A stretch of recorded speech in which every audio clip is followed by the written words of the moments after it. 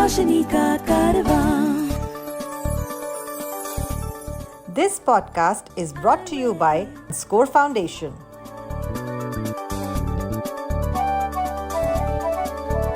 ये है रोशनी, रोशनी, रोशनी का कारवां, रोशनी।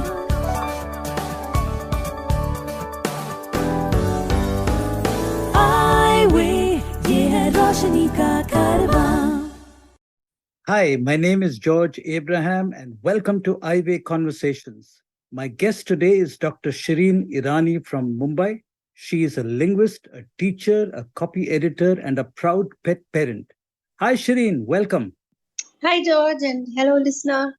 Many of us may not really understand who a linguist is. So maybe you could begin by telling us who a linguist is and how did you get interested in linguistics? You know, the popular notion of a linguist is somebody who knows many, many languages, but that is not true. That is partly true, but essentially a linguist is somebody who has studied the subject called linguistics, which is basically the science of language.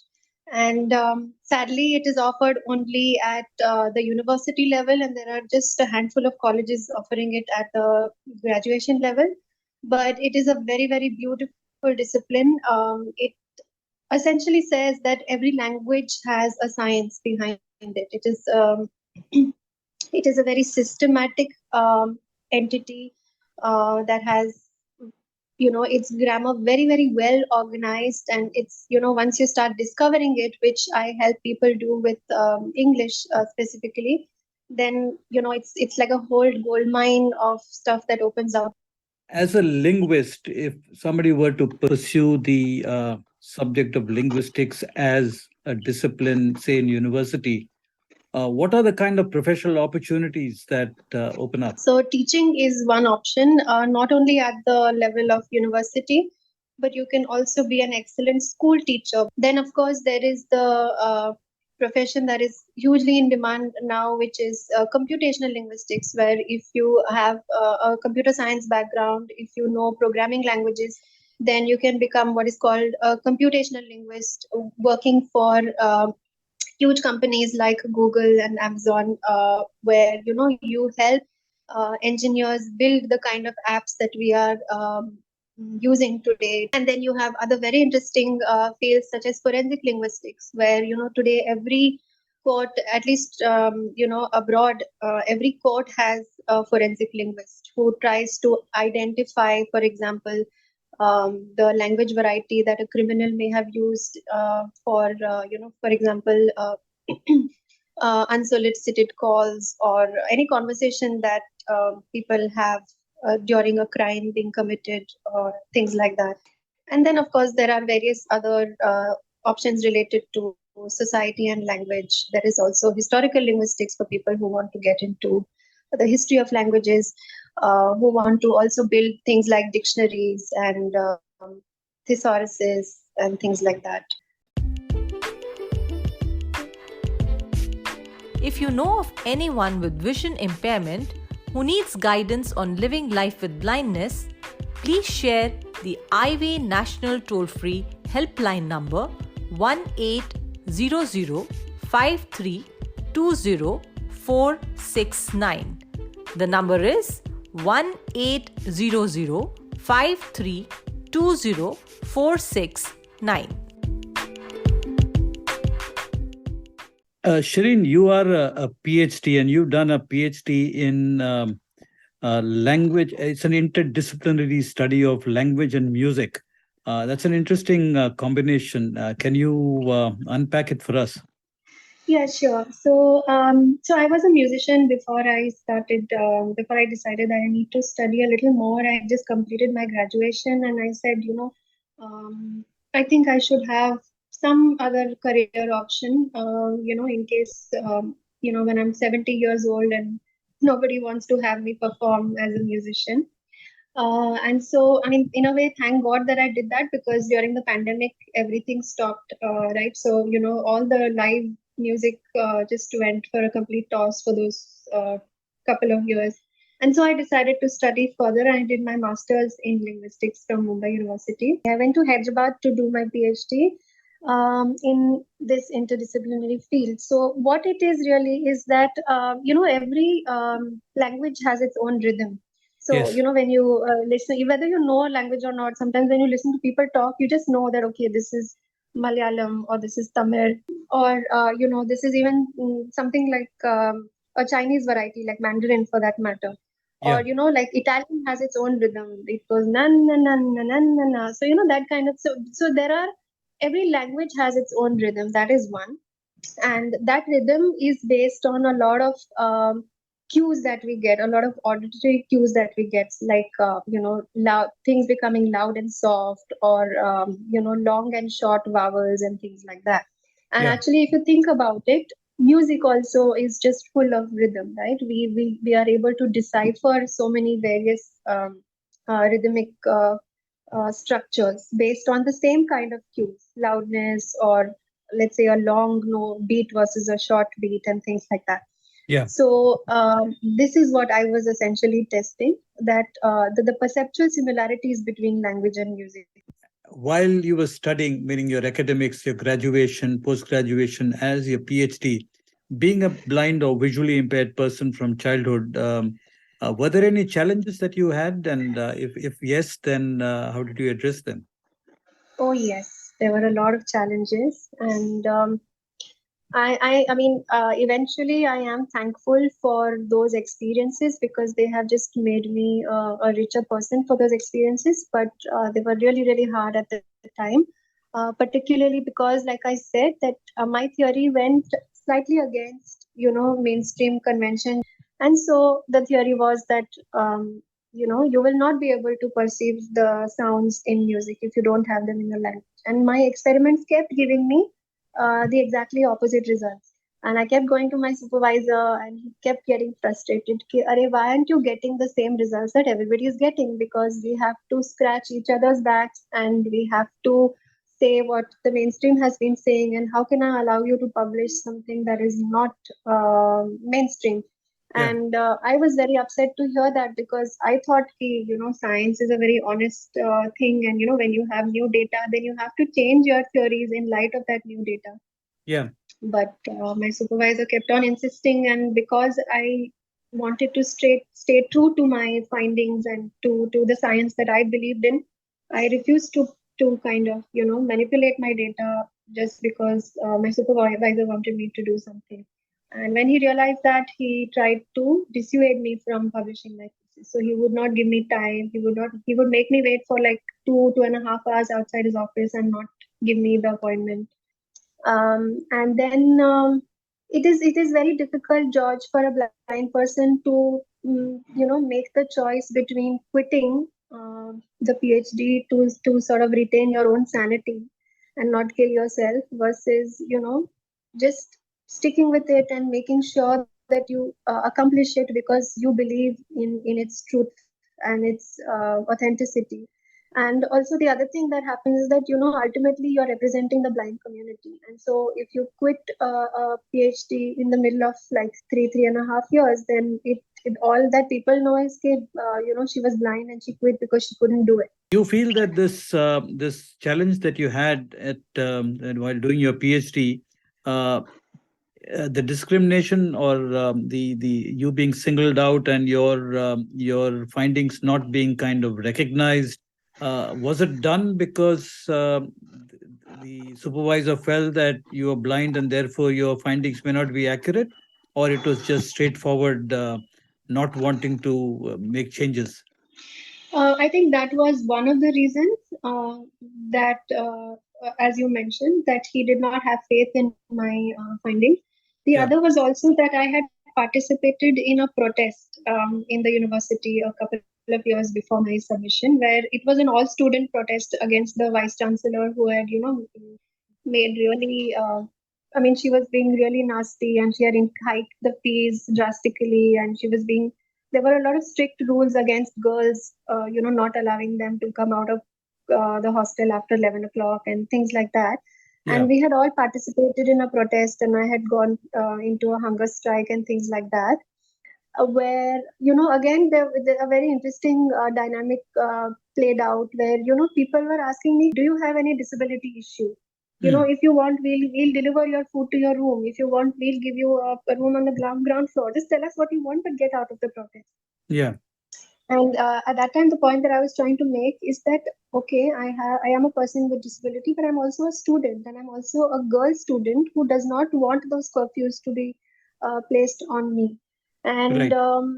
that is why I was participating in the protest. And people just could not understand that. And that is also another thing that, my supervisor kind of held against me. You mentioned copy editing. So, what's the kind of copy editing you do? Are you working for any particular firm? Meaning, talk us a little bit about copy editing and the kind of copy editing you do. So I work for a company called Cactus Communications, which is a global enterprise that helps people, students all over the world, students from China, Japan, Korea, the US, Europe, everywhere, to publish articles, to find relevant journals to publish their work. And even in a lot of such countries, English is not their first language. Yeah. So the when they write an article to publish for it, for a journal, the article is first sent to us, and we copy edit it, which means that we check not only for grammatical and spelling mistakes, but also things like whether there is a logical flow to the article, whether the scientific the tools, the research methods that they have used, are they in line with their findings, in line with their research question, things like that. And it also involves looking at tables very, very minutely, looking to check whether there are no extra spaces between the two words, whether nowadays there are very, very specific journal guidelines that each journal has, in terms of various different referencing styles that you have to use to cite your references. We have to even check minute details like whether the curly apostrophe is used or the straight apostrophe. So the straight apostrophe is just read as tick by a screen reader, Yeah. whereas curly apostrophes are read as left tick and right tick. Right. So things like that. So we have to ensure that there is consistency also throughout. So for example, if the apostrophe appears, let's say 30 times in the whole document, out of which 25 times they have used the curly ones, but 5 times they have used the straight ones by mistake, then those have to be identified. And then we write a detailed report of, the relevance of their work, whether it is in line with the scope of the journal, what are the gaps in their research methodology, things like that. It is something that I really enjoy, although it is a lot of work because, the way sighted people would just sort of run their eyes through a document, is the time that they take is much shorter than the time that we would take to read things. Sometimes even, character by character to see whether a word is not capitalized by mistake. So, there are a lot of nuances that have to be taken care of. So it is a lot of tedious work, but I enjoy every minute of it. I really enjoy doing it. I used to do it informally, even during school and college time for friends. And I'm so happy that I'm doing it professionally.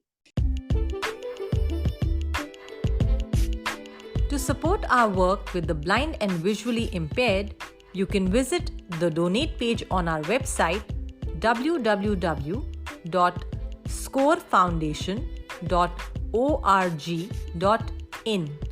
Please note www.scorefoundation.org.in.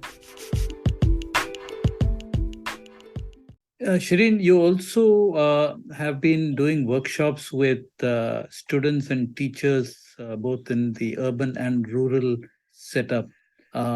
What is the area of training that you do, and can you talk us through some of your experiences there? Sure. So, like I mentioned, George, I am very, very interested in kind of promoting access to English that is slightly more sort of, as in your words, I think it was available, affordable, and accessible, if I'm not Yeah. mistaken.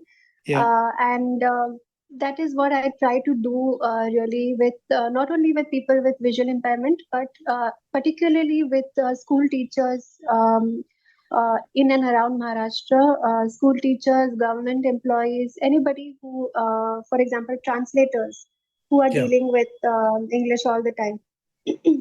And with school teachers, it becomes extremely important because, like I said, linguistics is something that they do not have access to very often. And it not only involves access to English that is, much more sort of easier and more scientific and more logical, but also given the emphasis on mother tongue education in the recent years, it becomes really important to incorporate the child's mother tongue into the teaching of English. Because otherwise, very often people just force the child to speak in English right from day one without kind of giving them any footing or any kind of background into the language. And so it Right. becomes really important for pedagogic practices within the classroom, teaching practices within the classroom to be student friendly and, mm, something that does not kind of also allow for discrimination, because very often what happens is that very often the teacher says you speak in English or you shut up, Mm. right? You speak in the standard variety or don't say anything. And you have, people growing into adults, Yeah. just sort of being told to shut up just once in their life, who have shut up all their lives and not been able to express themselves because of that. So it is very traumatic for the child to be told to not express herself at such an early age. You've been taking classes with Tanya Computers. Talk a little bit about these classes. Yes, sure. So we have, there are two classes that we run. One is a basic English course, and then the other is an advanced course in English. And there are three of us women who are handling this under the banner of Tanya Computer Center. So there Yeah. is Tanya, and then there is Sheila D'Souza, who is a banker who helps us with our admin work and in the advisory committee.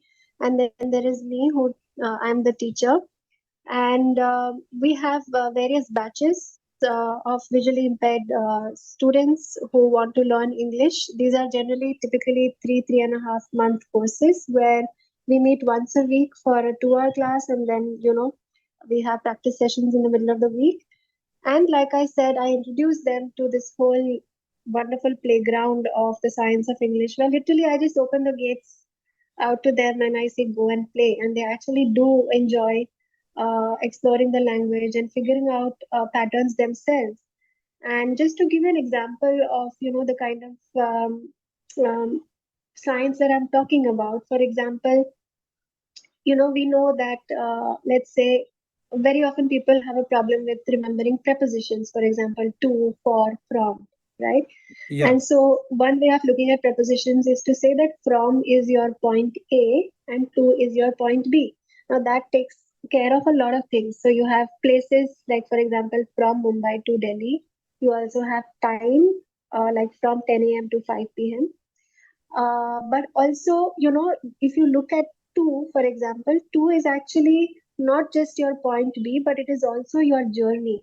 And that's Yeah. why you have a lot of movement action words that have two. So anything that involves transfer or movement.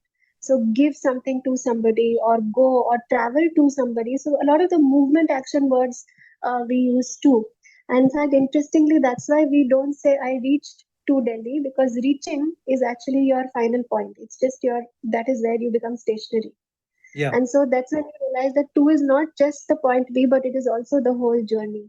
So this is just a trailer of the kind of scientific sort of inquiry that goes into language. And of course, there are a lot of other fun things that we do. For example, I have taught tenses using only Bollywood songs. I never teach tenses formally. Shireen, you started your career as a musician. Yes, I did perform professionally for a few years at various hotels, at the Taj and at the Marriott Hotel in Mumbai. I was a professional pianist for the Trident Oberoi Hotel for a couple of years. And I was also part of a few local bands in Mumbai where we performed at, these venues like the Blue Frog and Hard Rock Cafe and things like that. And that is when you do all the hard work. You carry your keyboard on your shoulders and you go there and you set up your own stuff and you perform. along with other sighted people. So it's a mainstream scenario where the whole world is looking at you and trying to gauge your ability, and you have to be your best at that time. So that is what I did for a few years. I really enjoyed playing at the hotel. People would come and make requests and sit and talk to me. Really old people would sometimes become really teary-eyed and tell me this was the first song that I danced with my husband 50 years ago and things like that. And so in doing that, it is also your duty to kind of at least know a little bit of pretty much all the genres that are available: classical, jazz, a little bit of Bollywood if the hotel allows it. Certain hotels do not allow Bollywood music. Um, Pop rock, all the genres that you possibly can even know a little bit about. It's always nice to have a mixed bag repertoire so that you can sort of please your audiences. So you also have Nora, who's a pet of yours. I had a friend of mine who I used to keep telling, because she used to foster, she still fosters animals. She keeps them till they are adopted. So she told me that you take this lovely dog home. She's a beautiful indie, what we call as an indie dog, an Indian breed. Yeah, And she said you take her home, you keep her for 2 3 days, and if you're comfortable, then you can keep her. If you're not, then you can always give her back. There is no problem. And I said, okay, this sounds really awesome because there is no obligation. yeah. But if you're an animal lover at all, you know that once you get an animal home, you can't really give it back. Hmm. You just instantly fall in love with it, and then the rest is just uh, miracles, one after Hmm. another. The moment I thought of getting a dog and I sort of articulated it to sighted people, their first reaction was, oh my God, how is she going to be able to look after a dog when she can barely look after herself? Not realizing that I'm running a home all on my own. I live alone. I am a professional. I've had no issues with living alone for all of these years. And in fact, touch wood, the same is the case even after Nora has come. I now people kind of look at me and tell me how well behaved she is. And if you know anything about dogs, you would know that animals generally show their unhappiness and show their frustration through misbehavior. So if they, for example, if they don't get attention or if they are not well kept, then they will show some disruptive behavior. I have trained Nora to kind of obey certain basic commands like come and sit and lie down. And there is a very interesting command, for example, to stay. So if I put like a very tempting food in front of her mouth, and if I tell her to stay, then she's not supposed to take the food till I say free.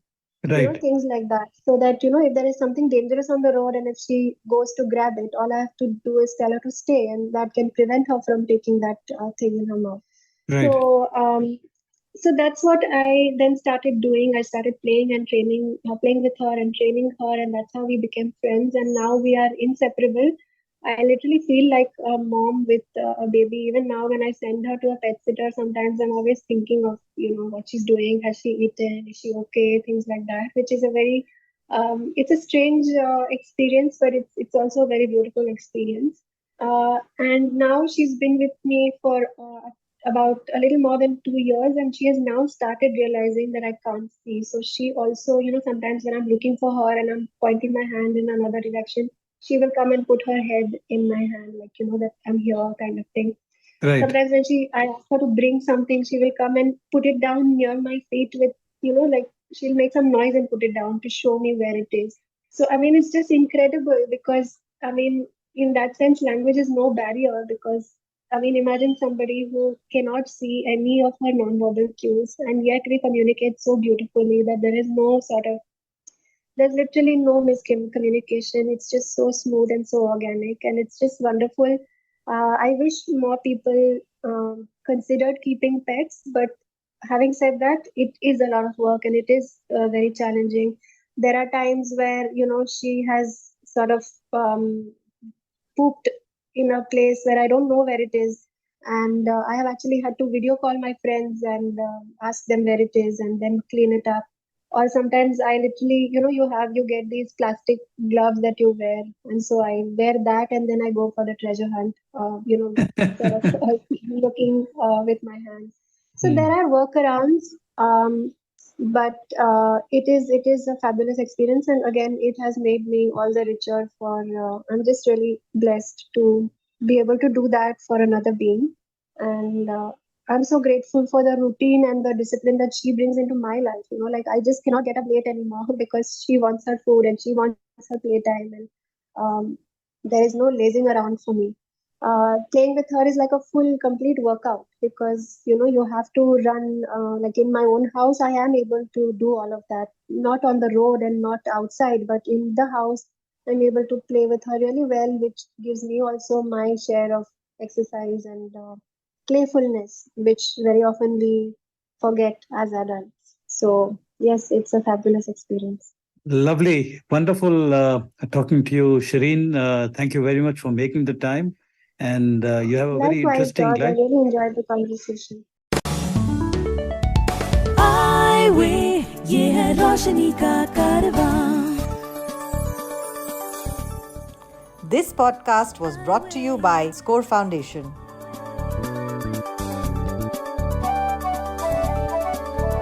ये है रोशनी, रोशनी, रोशनी का कारवां. रोशनी.